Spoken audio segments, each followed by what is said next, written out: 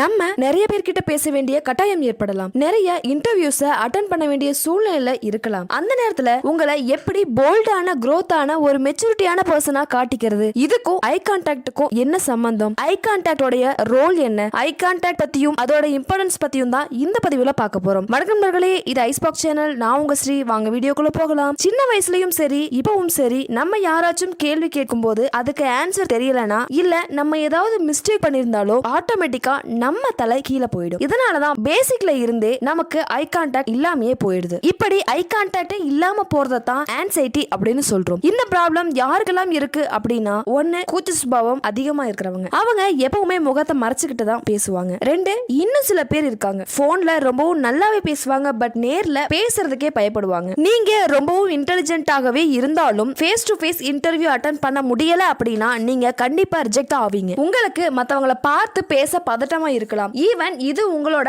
மைண்ட்ல இருக்கிற பிரச்சனையா கூட இருக்கலாம். பட் நிறைய பேருக்கு அவங்களோட ஹேபிட்ஸே கூட காரணமா இருக்கலாம். அண்ட் அவங்க வளர்ந்த விதம், அந்த சூழல் கூட அவங்களுக்குள்ள மாற்றத்தை ஏற்படுத்துறதுக்கான காரணமா இருந்திருக்கலாம். உதாரணத்துக்கு, ஒரு குழந்தைய வீட்டுக்குள்ளேயே அடைச்சு வச்சு மத்தவங்க கூட பேச விடாம ஐ கான்டாக்டே இல்லாம பண்ணா அந்த ப்ராப்ளம் கண்டிப்பா வரும். உதாரணத்துக்கு, ரெண்டு குழந்தைங்களை எடுத்துப்போம். ஒரு குழந்தைய நல்லா டூர் கூட்டிட்டு போறது, எல்லார்கிட்டையும் பழக விடுறது, நிறைய பர்சன்ஸ் கூட பேச விடுறதுன்னு இந்த மாதிரி பழக்கிட்டு இன்னொரு குழந்தைய எங்கேயுமே கூட்டிட்டு போகாம யார் கூடயும் பேசுறதுக்கும் பழகிறதுக்கும் அனுமதிக்காம வீட்டுக்குள்ளேயே வச்சு வளர்த்தோம் அப்படின்னா அந்த ரெண்டு குழந்தைகளையும் கம்பேர் பண்ணும்போது வெளியே போய் மத்தவங்களோட பழகக்கூடிய அந்த குழந்தை ரொம்பவும் ஸ்ட்ராங்கா மென்டல் பவரோட இருக்கும். இதுவே வீட்டுக்குள்ளேயே இருக்க இன்னொரு குழந்தை ரொம்பவும் வீக்கா ஒரு பதட்டத்தோட சுத்தமா மென்டல் பவரே இல்லாம தான் இருக்கும். இது எல்லாத்துக்குமே காரணம் ஐ கான்டாக்ட் மட்டும் தான். சரி, இப்போ நம்ம எதுக்காக ஐ கான்டாக்ட் வச்சு பேசணும் அப்படின்னு கேட்டீங்கன்னா, நீங்க ஐ கான்டாக்ட் வச்சு பேசும்போது உங்க பக்கத்துல இருக்கிறவங்களுக்கு நீங்க என்ன பேசினாலும் நல்லா புரியும். நீங்க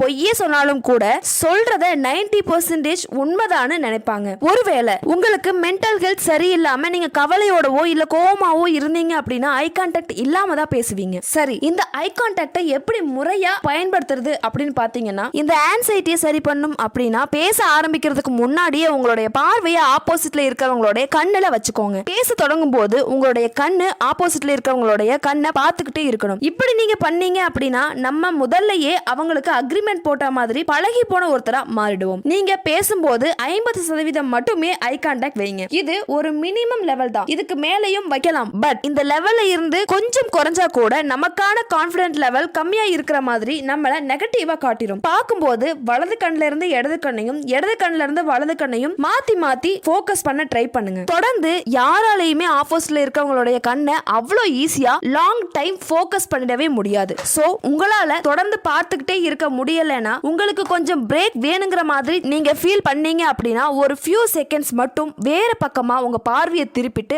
அகைன் அவங்களோட ஐ கான்டாக்ட் வச்சுக்க ட்ரை பண்ணுங்க. சப்போஸ் நீங்க ஒரு குரூப்ல பேசிக்கிட்டு இருக்கீங்க அப்படின்னா யார் யார் பேசுறாங்களோ அவங்க முகத்தை பாருங்க. கூட்டமா தானே இருக்காங்க, இந்த கூட்டத்துல நம்மள எங்க பார்க்க போறாங்கன்னு யோசிச்சு தயவு செஞ்சு உங்க பார்வையை வேற பக்கம் திருப்பாதீங்க. சப்போஸ் அவங்க உங்களை பார்த்துட்டாங்க அப்படின்னா உங்க மேல நெகட்டிவ் தாட்ஸ் வரதுக்கு நிறையவே வாய்ப்பு இருக்கு. நீங்க பேசும்போது ஆப்போசிட்ல இருக்கவங்க ஐ கான்டாக்ட் வச்சுக்கல அப்படின்னா நீங்க பேசுறது அவங்களுக்கு பிடிக்கலன்னு அர்த்தம். சோ உடனே நீங்க பேசிக்கிட்டு இருக்க டாபிக்கை சேஞ்ச் பண்றதுக்கு ட்ரை பண்ணுங்க. மத்தவங்க உங்களை பார்க்குற விதத்தை வச்சு உங்களோட கேரக்டரை ரொம்பவும் ஈஸியா கணிச்சிட முடியும். ரொம்பவும் பேசிக்கான ஒரு சில பார்வை மொழிகளுக்கான அர்த்தம் என்னன்னு பார்த்துடலாம். நம்பர் 1, கண்கள் களத்துக்கு கீழே பார்த்துச்சு அப்படின்னா அதை காமம்னு, அதுவே கண்களையோ இல்ல கண்களுக்குள்ளேயோ பார்த்தா அதை காதல்னு சொல்றாங்க. நம்பர் 2, கண்கள் இடதுபுறமா கீழே பார்த்தா அவங்க தனக்குள்ளேயே யோசிக்கிறதாகவும், அதுவே இடதுபுறமா மேல பார்த்துச்சு அப்படின்னா பழைய மெமரிஸை தேடுதுன்னு அர்த்தம். நம்பர் 3, கண்களை கையால மறைச்சா எதையோ மறைக்கிறாங்கன்னு அர்த்தம். நம்பர் 4, கண் புருவங்கள் உயர்ந்துச்சு